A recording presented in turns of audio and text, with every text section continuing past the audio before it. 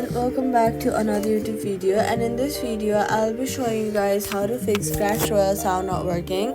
If there is no sound in Clash Royale, this is often a simple setting issue. First of all, check your phone's media and volume, or make sure silent mode is off. To check your media or volume, click on the two buttons that are located in the left side of your phone. To lower it, click the downward button.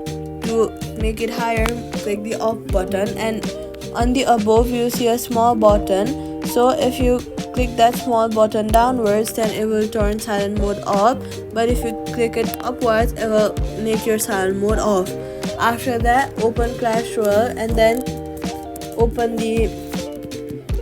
click on the menu icon, which is the 3-line option in the top right corner, and then open settings and confirm that sound and music are available and enabled.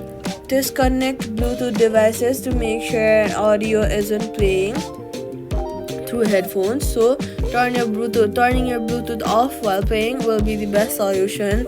Then swipe off from the bottom of your screen and then clear Clash Royale away and then reopen it. After that, this will fix temporary audio glitches. Once adjusted, game sound should return immediately, and that's it. Subscribe for more quick fixes.